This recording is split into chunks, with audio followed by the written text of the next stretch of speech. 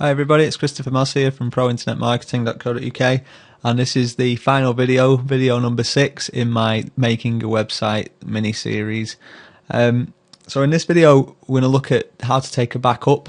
I know it's not the most sexy or sort of interesting thing, but if you're doing any sort of major work and you want to make sure that you've got a good working copy, or perhaps you've just done a regular update and you just want to make sure that you've taken a copy now.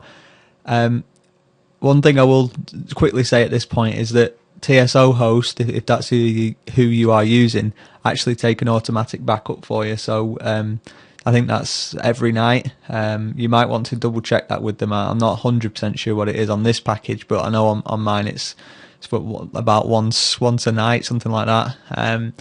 And you know, I have used the restore function a few times, and it's always been pretty much spot on. So this is more just if you want to take your own, you know, if you want to make sure that you've got your own backup for peace of mind. Like I say, you might be doing some site upgrades or whatever, and you just want to make sure that you don't mess anything up. So you need to log into your cPanel, and if you're not using TSO Host, the cPanel should still be the same if you're using a host that uses this cPanel, as this isn't something specific to TSO Host. But if you're not, and you don't actually have this panel, I couldn't really help you at this point.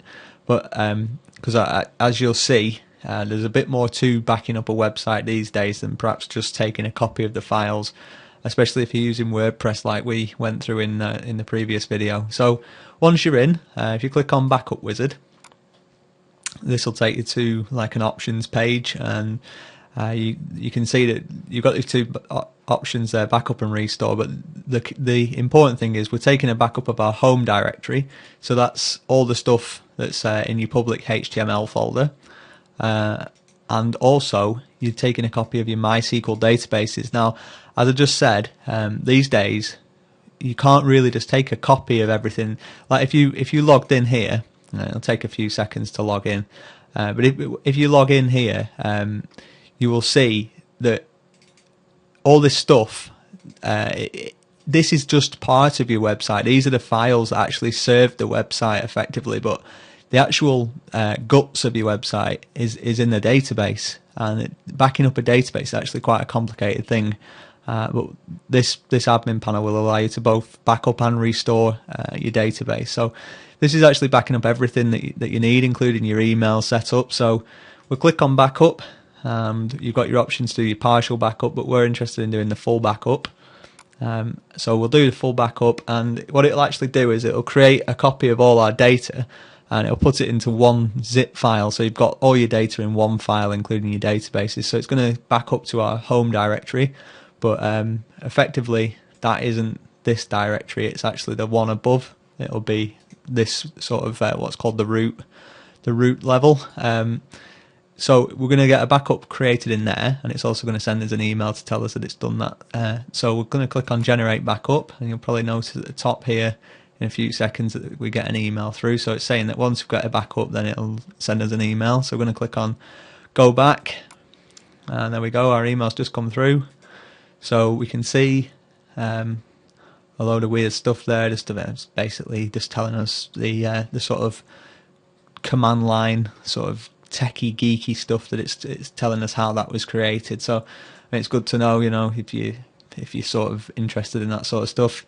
If not, it's just good to know that it's getting done. So you've got your backup available now, so you can download that directly from here by just clicking on it, and that'll start the download. If not, do a right click and save as. I'm not going to do that right now, but I just want to show you, because I am logged in already.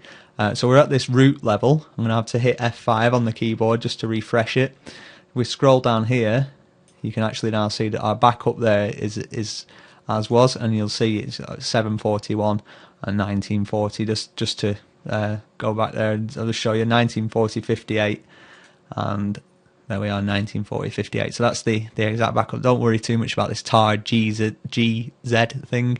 That's a tar gunzip. It's some weird Unix thing, but it'll actually work with WinZip or WinRAR. So if you use any of the popular sort of you know, I think even Windows, the standard Windows file unzipper will deal with those files. So now that you've got your backup, you can just from here or from your FTP or from there, you can download it. So you got a copy at your desktop, and as you can see, it's 12 megs. So if you go back through and have a look, before it was at about 39 megs. So let's just do a quick refresh. I'm just wondering if, strange that it's not, it was saying about 39 meg before, so I'm not too sure how it actually calculates this. Maybe it's not in real time or something, but needless to say, you've got your backup. I would advise taking a copy of that. So we'll just drag it down to the desktop. It shouldn't take that long to come down, and it's going at a pretty decent speed. I actually got a download going, and my internet's not the best anyway, but